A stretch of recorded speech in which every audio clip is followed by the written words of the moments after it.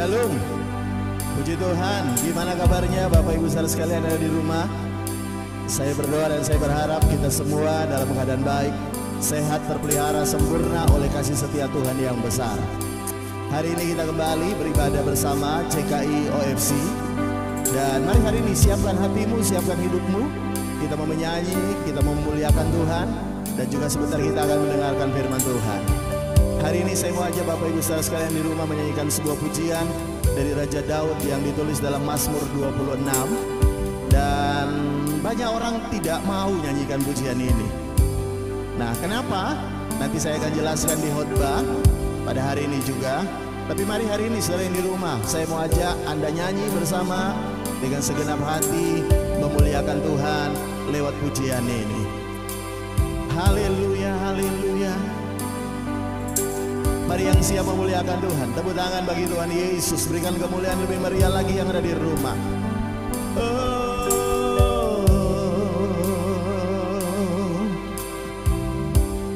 Ujilah aku Tuhan,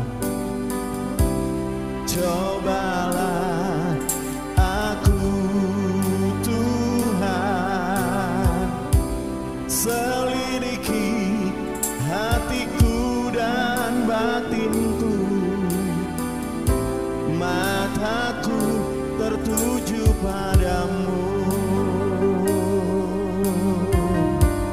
Aku cinta padamu Tuhan, aku rindu hadirat-Mu Tuhan. Aku ingin selalu dekat padamu, menikmati kehadiran-Mu. Oh, ku nyanyi Hosana bagi Rajaku yang duduk di tahta. Aku muliakan dan ku agungkan, Kaulah yang disembah. Mari dari awal nyanyikan pujian ini sama-sama. Ujilah aku Tuhan, cobalah aku Tuhan, selidiki hatiku dan batinku, mataku tertuju padamu. Aku cinta padamu Tuhan,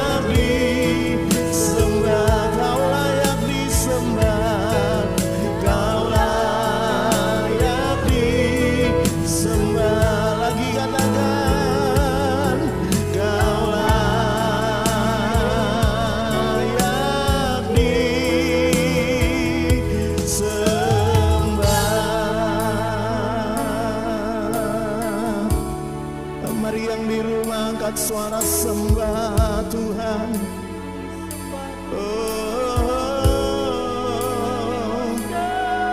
Haleluya, haleluya, haleluya, haleluya.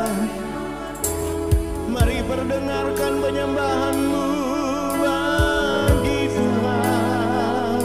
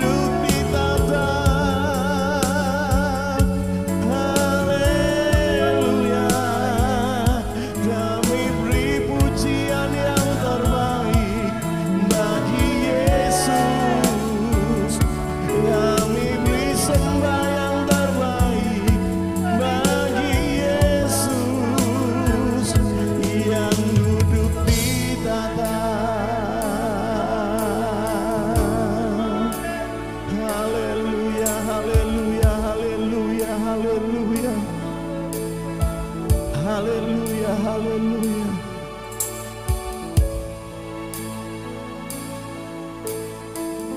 Tuhan Yesus, Engkau baik dalam hidup kami.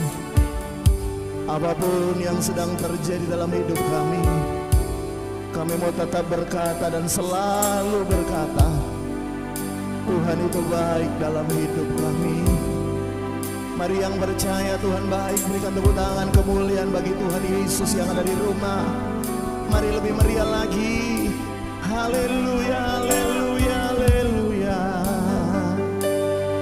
Hari ini kami menyanyikan kebaikan Tuhan dalam hidup kami. Hari ini kami merayakan kebaikan Tuhan dalam hidup kami.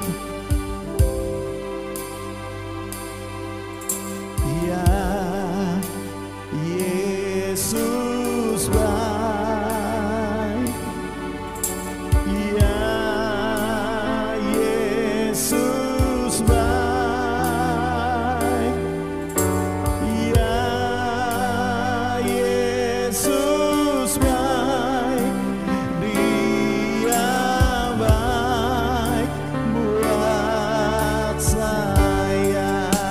Katakan lagi sama-sama, ya Yesus baik, amin. Ya Yesus baik, ya Yesus baik, Yesus baik buat saya.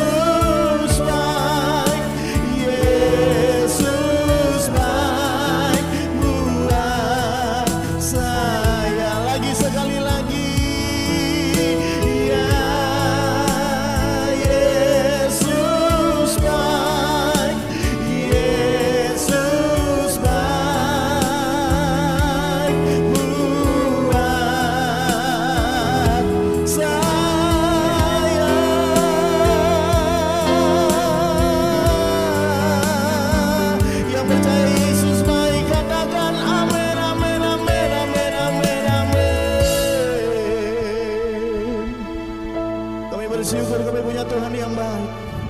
Dan hari ini kami siapkan hidup kami untuk diberkati oleh firman-Mu. Dan dalam nama Tuhan Yesus, setiap kita yang percaya Yesus baik, dan setiap kita yang telah siap diberkati firman Tuhan, sama-sama katakan amin, amin, amin, amin, amin. Shalom, puji Tuhan. Mari hari ini kita kembali belajar firman. Buka Alkitab saudara dalam Mazmur pasal 26 ayat yang pertama sampai dengan ayat yang ketiga. Firman Tuhan berbunyi demikian. Dari Daud, jadi ini Mazmur ditulis oleh Daud. Berilah keadilan kepadaku ya Tuhan, sebab aku telah hidup dalam ketulusan. Kepada Tuhan aku percaya dengan tidak ragu-ragu. Ujilah aku ya Tuhan, dan cobalah aku, selidiki batinku dan hatiku. Ayat 3 terakhir. Sebab mataku tertuju pada kasih setiamu, dan aku hidup dalam kebenaran. Yang percaya firman Tuhan sama-sama katakan amin. Nah, kalau saudara tadi perhatikan ayat 2, ayat 2 itu adalah ayat yang menjadi inspirasi atau ayat yang kemudian dijadikan lagu yang tadi kita nyanyikan, ya. Ujilah aku Tuhan, cobalah aku Tuhan. Nah, ayat lagu itu dari ayat ini. Nah, beberapa orang tidak terlalu yakin mau menyanyikan lagu ini. Kenapa? Karena mereka merasa bahwa kok kayak lagu ini kok kayak nantang-nantang Tuhan gitu loh, ya. Kayak ayo coba Tuhan uji aku, uji aku, uji aku, ya. Kalau dalam bahasa yang sering kita dengar di Jawa itu, di Jawa Timur ini ya. Ya sering kita dengar kok ya-yao gitu ya. Kayak ya-yao itu kayak ya apa sih? Kayak mentang-mentang kayak wah nantang-nantang lah gitu ya. Nantang Tuhan. Ayo Tuhan ujian aku. Sebenarnya ayat ini tidak bermaksud demikian. Daud tidak menulis ayat ini dengan maksud menantang Tuhan untuk menguji dirinya. Tapi sebenarnya ayat ini ditulis oleh Daud karena alasan ini. Kalau saudara lihat ayat yang pertama, Daud berkata, sebab aku hidup dalam ketulusan. Kepada Tuhan aku tidak percaya ragu-ragu. Nah, ayat 3 dikatakan, sebab mataku tertuju kepada kasih setiamu, dan aku hidup dalam kebenaran. Jadi 4 hal yang Daud katakan. Yang pertama, dia hidup dalam ketulusan, dia percaya tidak ragu-ragu, mataku tertuju kepada kasih setiamu, dan aku hidup dalam kebenaran. Nah, Daud menyatakan hal-hal yang baik dalam dirinya. Tetapi kemudian dia berkata uji aku. Kenapa dia berkata uji aku? Karena begini, apa yang Daud anggap baik, apa yang Daud kira bahwa dia sudah hidup tulus, bahwa apa yang Daud nilai bahwa dia percaya Tuhan dengan tidak ragu-ragu, bahwa apa yang Daud nilai tentang dirinya bahwa dia hidup dalam kebenaran, itu perlu diverifikasi atau perlu dinyatakan benar sebegian lewat Tuhan menguji hati, lewat Tuhan menguji batin Daud. Makanya ayat ini Daud tulis sebenarnya untuk supaya Tuhan bilang begini, untuk supaya Daud benar-benar yakin bahwa apa yang dia nilai tentang dirinya itu sama dengan apa yang Tuhan nilai tentang dirinya. Jadi sekali lagi ayat ini sebenarnya ayat verifikasi atau ayat untuk mengesahkan bahwa apa yang Daud pikir tentang dirinya, bahwa apa yang Daud nilai tentang dirinya, apakah betul-betul seperti yang Tuhan lihat tentang dirinya. Sebab begini saudara ya, setiap orang itu selalu menilai dirinya baik. Makanya kalau saudara baca Amsal, lihat dulu sama-sama. Amsal pasal 16 ayat yang kedua.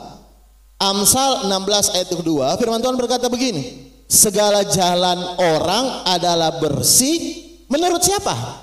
Menurut pemandangannya sendiri. Perhatikan ini. Jadi setiap orang itu menilai jalannya itu bersih, jalannya baik, jalannya luar biasa, dirinya hebat, dirinya luar biasa, dirinya bersih. Menurut siapa? Menurut pemandangannya sendiri. Tapi lihat kalimat selanjutnya.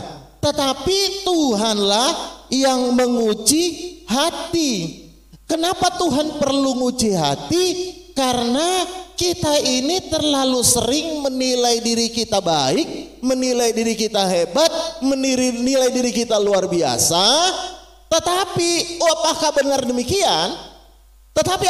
demikian? Tentunya kita harus melewati ujian hati supaya kita ngerti bahwa apa yang kita nilai tentang diri kita itu benar seperti apa yang Tuhan nilai tentang kita.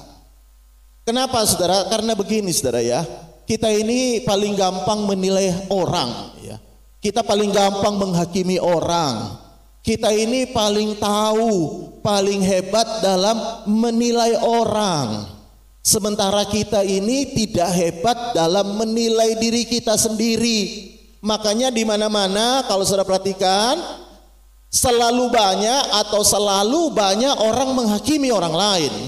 Kenapa? Karena kita selalu melihat diri orang lain, melihat kekurangan orang lain, melihat kesalahan orang lain, sementara kita sendiri tidak pandai menilai diri kita sendiri.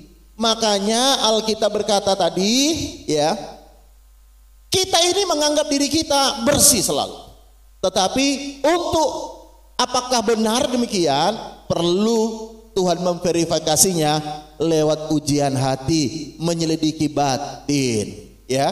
Karena itu saudara, hari ini sekali lagi ayat ini bukan nantang Tuhan, tapi sebenarnya ayat ini adalah sebuah kerinduan Daud untuk dia benar-benar pengen Tuhan menilai dirinya seperti apa yang Tuhan nilai.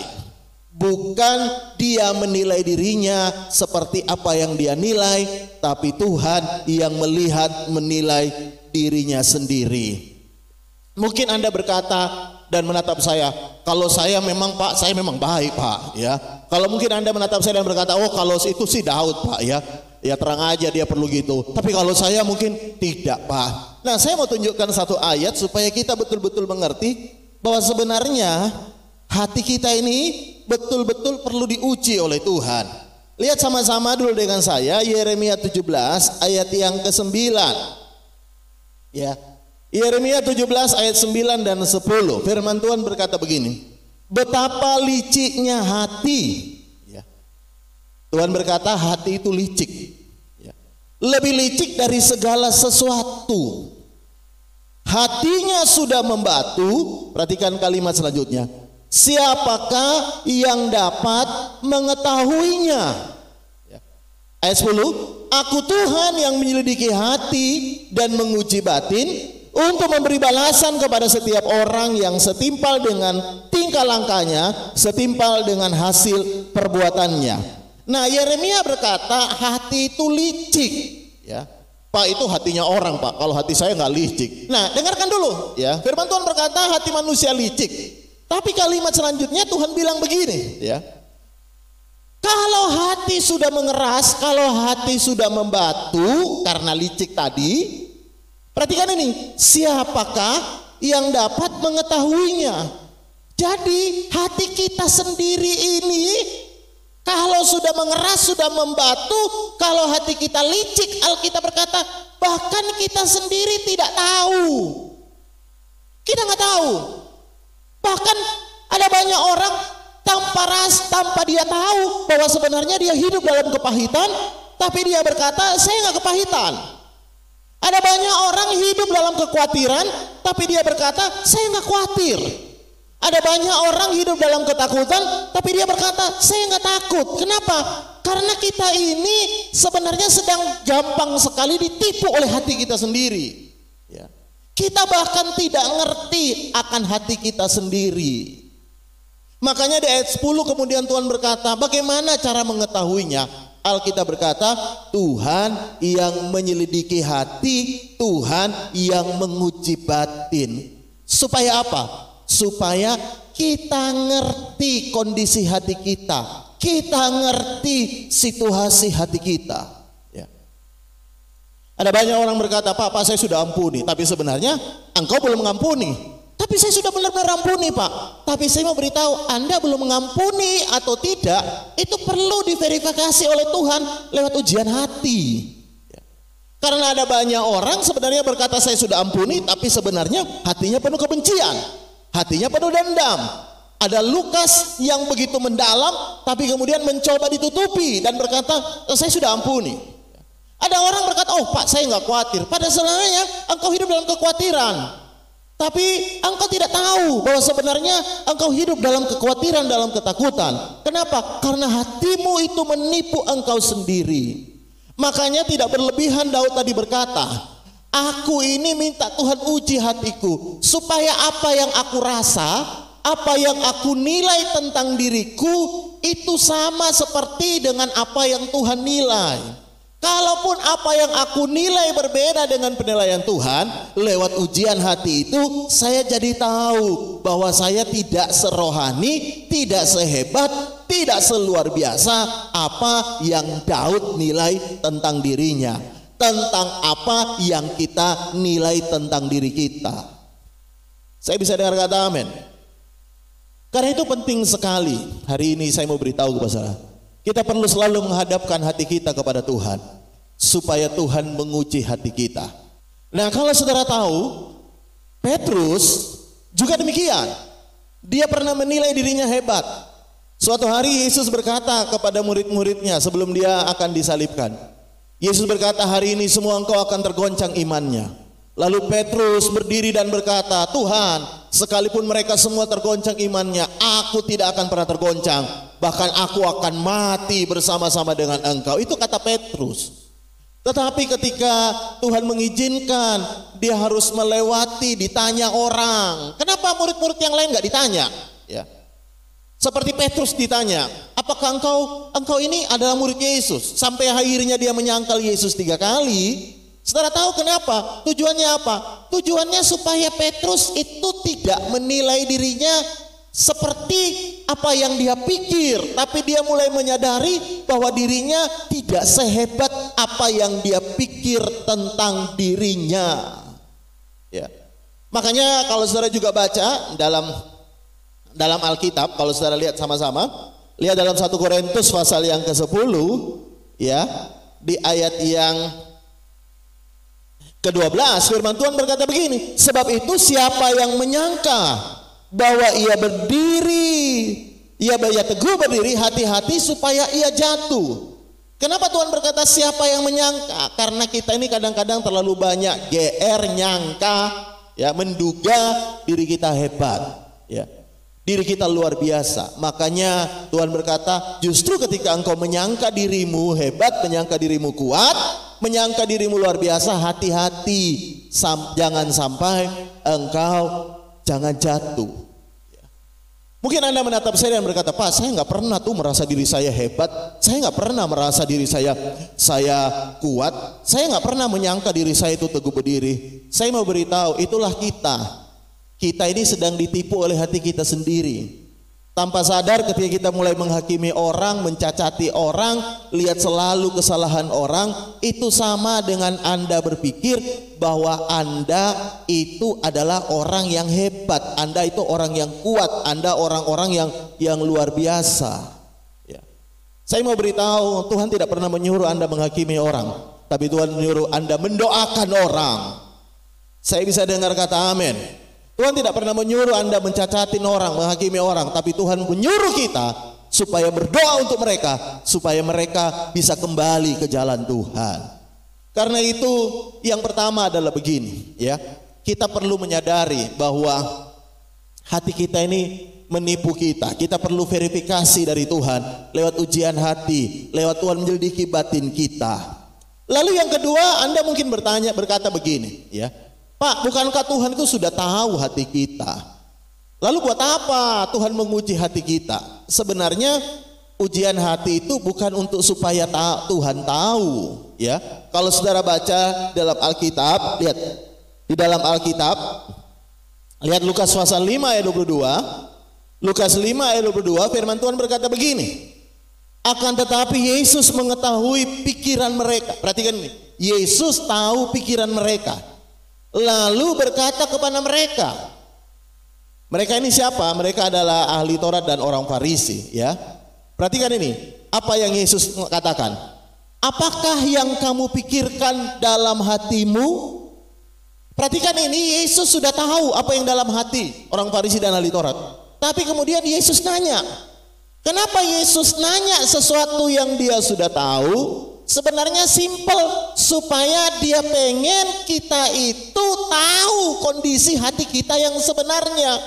Jadi ketika Tuhan menguji batin kita, melidik hati kita, bukan untuk Tuhan, tapi untuk kita, supaya kita ngerti siapa diri kita. Ya, kalau saudara tahu ada 2 pasta gigi yang Anda beli lalu dihilangkan mereknya, ya, dihilangkan mereknya, ada Pepsodent, ada Close Up. Ya, Pepsodent zaman dulu, ya, dan Close Up.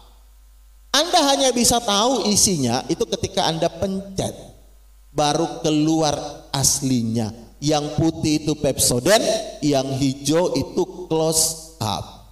Nah, saudara tahu, lewat ujian hati itu sebenarnya Tuhan pengen kita tahu, bukan supaya Tuhan tahu. Tuhan udah tahu, Tuhan udah ngerti siapa kita. Tapi kita yang kadang-kadang tidak ngerti siapa kita. Makanya lihat dulu ayat yang terakhir. Saya mau bacakan ayat terakhir. Lihat, Ulangan pasal 8 ayat 2. Ingatlah kepada seluruh perjalanan yang kau lakukan atas kehendak Tuhan Allahmu di padang gurun selama 40 tahun ini, dengan maksud merendahkan hatimu dan mencobai engkau untuk mengetahui apa yang ada dalam hatimu, yakni apakah engkau berpegang kepada perintahnya atau tidak. Jadi Tuhan itu, Alkitab berkata, mencobai orang Israel, memberi mereka makan dan makan mana, dan mereka keliling 40 tahun. Alkitab berkata sebenarnya untuk supaya mereka ngerti hati mereka sendiri. Tuhan sudah ngerti. Jadi bukan untuk supaya Tuhan ngerti hatimu, karena Tuhan sudah ngerti hati kita. Yang jadi masalah, kita ini tidak ngerti hati kita. Kalau saya tanya Anda hari ini, berapa banyak orang yang tahu dirinya orang baik? Angkat tanganmu, ya. Tentunya kita, beberapa di antara saudara angkat tangan. Amin. Yang angkat tangan bilang amin, ya. Tapi mungkin Anda tidak angkat tangan. Ya. Kalau saya ganti pertanyaannya, mungkin Anda akan angkat tangan. Pertanyaannya apa, Pak? Berapa banyak di antara kita yang hari ini yang tahu bahwa engkau adalah suami yang baik dan istrimu adalah istri yang jelek? Tolong angkat tangan, ya. Nah, beberapa bapak pasti angkat tangan, ya.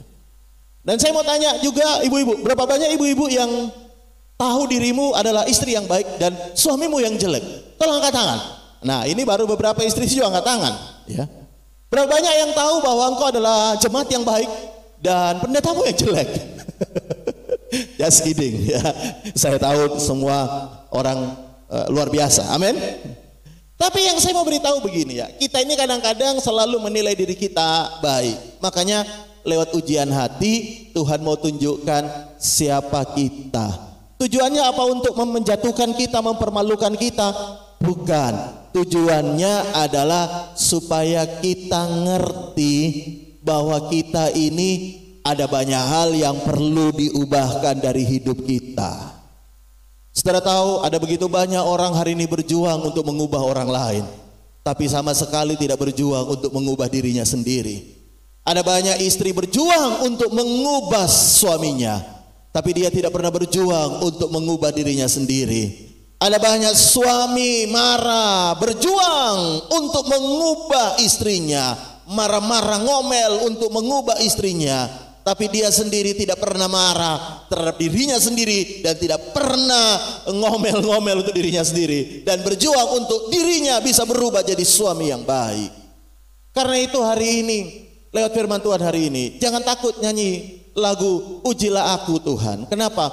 Karena sebenarnya itu lagu untuk memverifikasi diri kita supaya kita jadi lebih baik. Karena saya beritahu, kalau tanpa ujian hati kita hanya menilai diri kita seperti apa yang kita pikirkan. Tapi lewat ujian hati kita sadar ada begitu banyak hal yang perlu kita perbaiki dari hidup kita. Lewat ujian hati kita sadar bahwa ada begitu banyak hal yang perlu diubahkan, bahwa ada begitu banyak hal yang kita tidak tahu tentang siapa diri kita, bahwa kita tidak sehebat apa yang kita pikirkan, bahkan kita tidak serohani apa yang kita pikirkan, bahkan kita tidak sekuat apa yang kita pikirkan. Lewat ujian hati Tuhan bukakan supaya kita ngerti, supaya kita diubahkan, semakin dekat dengan Tuhan, semakin hidup dalam anugerah, dan kita menyadari kita gak bisa apa-apa tanpa Tuhan. Tidak ada yang bisa kita banggakan kecuali anugerah dan kesetiaan Tuhan dalam hidup kita. Tutup Alkitab saudara, mari kita mau berdoa. Mari angkat tangan kananmu ke atas. Tuhan, hamba berdoa buat setiap tangan-tangan yang terangkat lewat kebenaran firman Tuhan yang kami dengar hari ini. Tuhan, tolong kami, ada begitu banyak hal yang perlu kami perbaiki dari hidup kami. Ampuni kami kalau kami terlalu banyak menghabiskan waktu untuk menilai, untuk memperbaiki hidup orang lain. Tapi tanpa kami sadari ada begitu banyak hal dalam diri kita sendiri yang perlu kami perbaiki. Karena itu dalam anugerah-Mu yang besar, Engkau mengampuni kami, Engkau memulihkan kami, Engkau mengubahkan kami. Berkati seluruh jemaat Tuhan yang mendengarkan ibadah online dan khotbah online ini, dimanapun mereka berada. Tuhan memberkati, melindungi, menjaga kami semua. Terima kasih Tuhan. Bangsa negara kami Indonesia kami letakkan dalam tangan Tuhan. Biar anugerah Tuhan juga tercurah atas bangsa kami. Mari buka tanganmu sama-sama, kita siap terima berkat Tuhan. Dalam nama Tuhan Yesus kami percaya terjadi. Tuhan memberkati engkau dan melindungi engkau. Tuhan menyinari engkau dengan wajahnya dan memberikan engkau kasih karunia. Tuhan menghadapkan engkau dengan wajahnya dan memberikan engkau damai sejahtera. Dalam nama Tuhan Yesus yang percaya, terima warisan anak sulung berkat double porsi. Dalam tahun anugerah Tuhan yang melimpah, dalam tahun kasih karunia Tuhan yang melimpah. Sama-sama katakan amin, amin, amin, amin. Puji Tuhan, ibadah kita sudah selesai. Bagi Bapak Ibu saudara sekalian yang belum subscribe, mari subscribe, dukung terus. Dan kalau engkau merasa diberkati lewat ibadah dan khotbah-khotbah online di gereja ini, share kepada teman-temanmu supaya mereka juga diberkati. Terima kasih, sampai ketemu dalam ibadah online yang lainnya. Tuhan Yesus memberkati kita semua.